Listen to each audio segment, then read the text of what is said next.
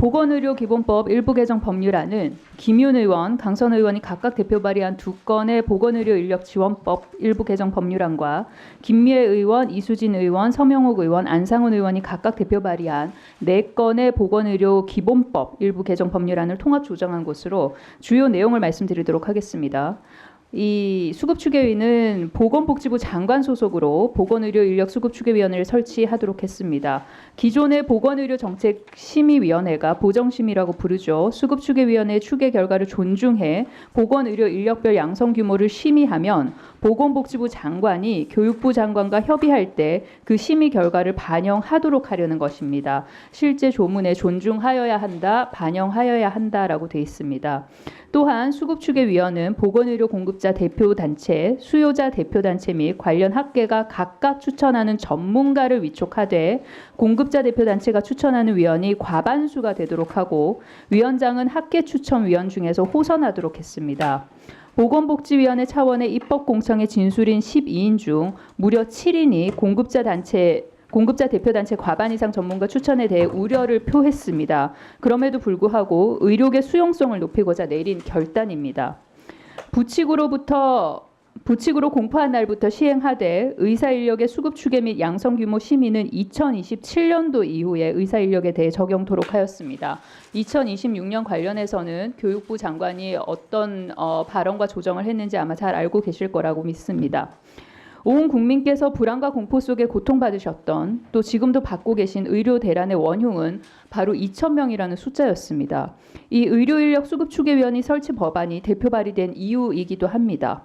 독립성, 전문성, 투명성을 확보하고자 의사 양성 규모를 객관적으로 추계하는 제도적 장치를 마련하자는 것입니다.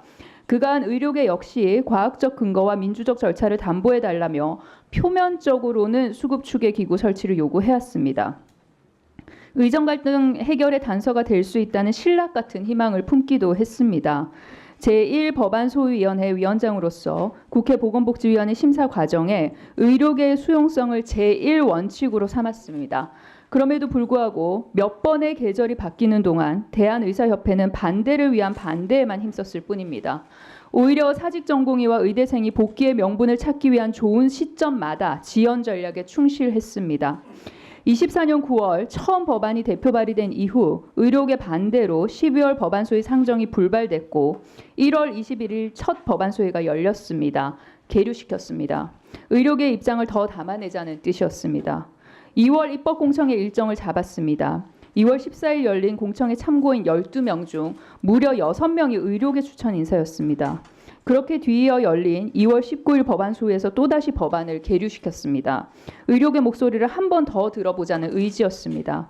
2월 24일 국회 보건복지위원장, 여야 간사, 정부, 의협 간의 비공개 간담회를 가졌고 의료계 입장을 어떻게든 담아낸 최종안까지 겨우 마련했습니다.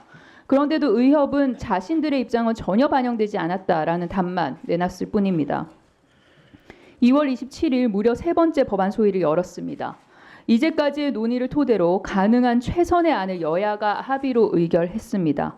다시 2주가 넘도록 기다렸지만 의협은 공식적인 대안을 제시하지 않았습니다. 결국 지난 3월 18일 국회 보건복지위원회 전체 회의에서 해당 법안을 겨우 통과시켰습니다. 수급추계의 법제화의 고비마다 의협이 반대를 일삼았던 때를 돌이켜보면 병원 인턴을 모집하는 지난해 12월부터 레지던트를 모집하는 올해 1월과 2월, 또 의과대학 개강을 앞둔 3월까지로 이어집니다. 공교롭게도 집단 사직과 동맹 휴학 이탈자를 색출하고 엄단하기 위한 블랙리스트가 온라인상에 횡행하던 시기와 맞물립니다. 단일 대우 유지를 위해 사직 전공의와 의대생에게 조금의 복귀 명분도 주지 않고자 해당 법안의 처리를 애써 미뤄온 것은 아닌지 의심스러울 뿐입니다. 아무리 대안을 바꿔도 만족할 만한 법안이라는 피드백은 없었다. 존경하는 국민의힘 간사 김미애 의원께서 하신 말씀입니다. 저 역시 동의합니다. 이제 더는 특정 직역단체의 이해관계와 논리에 국회가 더 이상 끌려다닐 수 없습니다. 국회는 민의의 전당입니다. 다양한 이해 당사자의 목소리를 담아내고자 서로의 입장을 존중하며 사회적 합의를 이끌어내는 그 본연의 역할에 다해야 합니다. 존경하는 법제사법위원회 선배 동료 위원님들께 부탁드립니다. 조금의 보탬도 없이, 조금의 덜어냄도 없이 최선을 다했습니다. 여야 정의, 의료계와 지난한 줄다리기 끝에 마련한 이번 법안으로 지난 과오를 바로 잡고 향후 지금의 의료대란과 같은 일을 우리 국민께서 다시는 겪지 않으실 수 있도록 힘을 실어 주십시오. 보다 자세한 내용은 배부해드린 자료를 참조해 주시고 아무쪼록 우리 위원회가 제안한 대로 심사 의결해 주시기를 바랍니다. 감사합니다. 네, 강선우 간사님은 잠깐 자리에 네. 좀 계시고요. 우리 의원님들 토론에 도움을 드리기 위해서 제가 잠깐 설명드리겠습니다. 이 의료인력 수급 추계 위원회 이 설치법은 며칠 전에 우리 보건복지부 장관께서 법사위원장실로